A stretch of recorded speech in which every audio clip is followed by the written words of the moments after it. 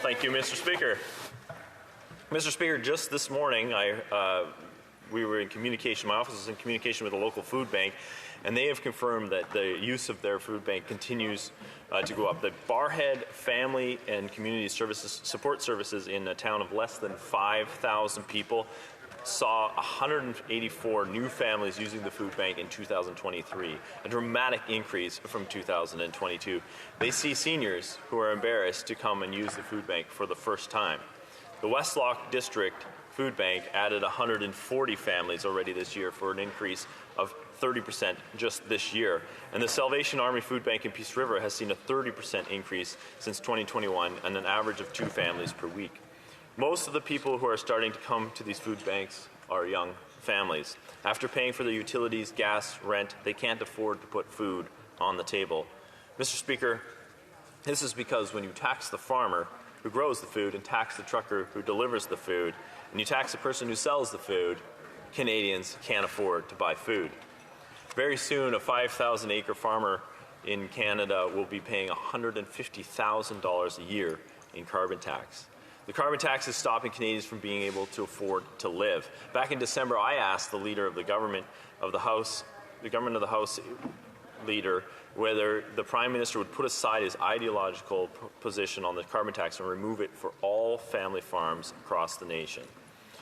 Here we are 4 months later, and this government continues to be relentless in its pursuit of making life more unaffordable for Canadians. Instead of putting a spike in the hike on April 1st, the Prime Minister has chosen to increase the carbon tax yet again by 23%. So it's no surprise when we see large numbers of people protesting. Farmers and families are angry and frustrated with this government. 70% of Canadians and 70% of premiers have called on the Prime Minister, but he has refused to listen. When asked why he won't meet with the premiers, he said that he'd already met with them back in 2016, 8 years ago. And very few of those premiers, if any, are still the same person. So whether it's the truckers who oppose the Prime Minister's radical mandates or the farmer who opposes his radical carbon tax, the Prime Minister has shown Canadians his true colours. He cares more about advancing his radical ideology than he does for the Canadians he's supposed to represent. Common sense Conservatives will understand how hard it is for Canadians to survive in Canada. The hardworking family or the hardworking farmer or the young family or our seniors. So we've stood with the farmers by putting forward Bill C-234 to give farmers relief from the carbon tax so they can help put affordable food on Canadian tables. We stand for the families who are trying to feed their children and fill their car with gas and pay for their rent. And we have taken every opportunity to get this government to axe the tax by voting non-confidence in them 135 times and against the Liberal budget. We will continue to vote non-confidence in this government provided they continue to support a carbon tax. Conservatives will not stop fighting for Canadians, so I ask it again, and I want an answer to be clear to all Canadians. When will this government stand up and remove the carbon tax from the farmers and rural families, axe the tax for all Canadians so that life can be affordable once again in Canada? Thank you, Mr. Speaker. The Honourable Parliamentary Secretary to the Minister of Environment and Climate Change. Thank you very much, Mr. Speaker. And I'm glad that for the first time and as long as I've been paying attention to federal politics, Conservatives are talking about poverty elimination. It's good that we're actually looking at strategies to help people with their bills. So while the member was talking, I actually went on the Food Banks Canada website because they have an Alberta checkpoint, like a report card that they provided with policy recommendations, a whole bunch of rankings, letter grades for various things. And I read all of the policy recommendations because I've met with Food Banks Canada. I've met with all of the poverty elimination, the food security experts across the country on a frequent basis because poverty elimination is a top concern for my government, for our government, and for me personally. I grew up in community housing, and I believe that poverty is something that we can tackle together. None of the policy recommendations from the Alberta report card on Food Banks Canada mention the price on pollution. It doesn't mention the carbon tax because carbon pricing, pollution pricing, does not contribute to the financial difficulties that Canadians are experiencing. Now, that's something that has been repeated over and over again by over 200 economists in Canada. They wrote a letter basically calling out Conservative misinformation and the criticisms that they have put forth over the last 2 years since the member from Carleton has been the leader of the Conservative Party. I've said this a number of times in this House, but all of those Conservatives ran on a price on pollution very similar to ours, except instead of getting rebates, like the Canada carbon rebate, it would have gotten deposited in some type of loyalty account that they could use to spend on specific items. A lot of people called it the more you burn, the more you earn. It was widely refuted by environmental organizations and groups as a half measure in lowering our emissions. But the price on pollution does send more money back to 8 out of 10 Canadian families, and that includes Albertans. And the reason that the report card on poverty reduction from Food Banks Canada, specifically under their Alberta section, lists all of the things that the Alberta government can be doing, and actually calls out as a contributing factor the Alberta government for changing the previous NDP's policy on the Alberta child benefit.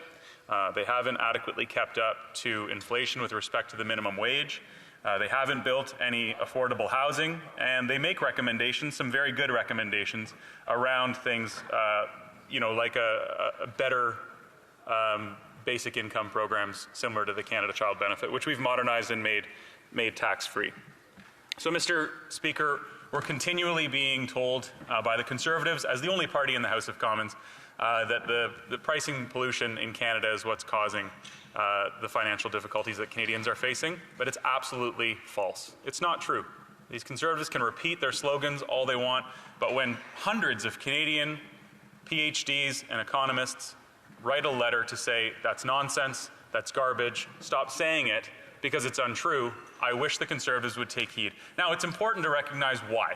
Why are the Conservatives on this campaign? And it's clear now. It's actually a cover-up campaign. It's because the Premier of Alberta, Danielle Smith, on April 1st, the exact same day as the price on pollution went up a little bit and the Canada carbon rebate also went up to accommodate that, the Premier of Alberta increased the price of gas in the province of Alberta by 4 cents, by more than the price on pollution did. And it seems that the Conservatives, particularly those from Alberta, would like to cover that up, hide that from public knowledge. But actually, the Canadian Taxpayers Federation called them out and said, if you're going to throw stones, you better get out of your glass house. That's what the Conservatives are in. The Conservatives from Saskatchewan are in the exact same situation because both of those premiers have done nothing for affordability in those provinces. The honourable member for Peace River Westlock.